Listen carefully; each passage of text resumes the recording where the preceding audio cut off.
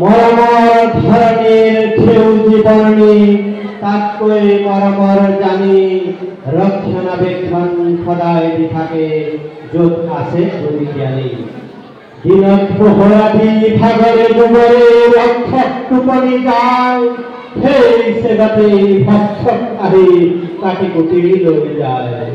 ক'ত থাকিব সিংহ হৰিণী, ক'ত থাকিব হাতী, বননিৰ লগতে পশু পক্ষীও কমিছে, বাঢ়িছে মানুহৰ জাতি।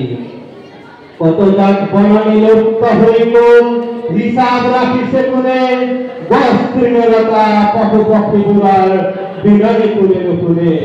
ক'ত থাকিব ধনেশ ৰাজ পক্ষী, ক'ত থাকিব ফেঁচা, বননিৰ লগতে পশু পক্ষীও কমিছে, যিহে মানুহৰ হেঁচা।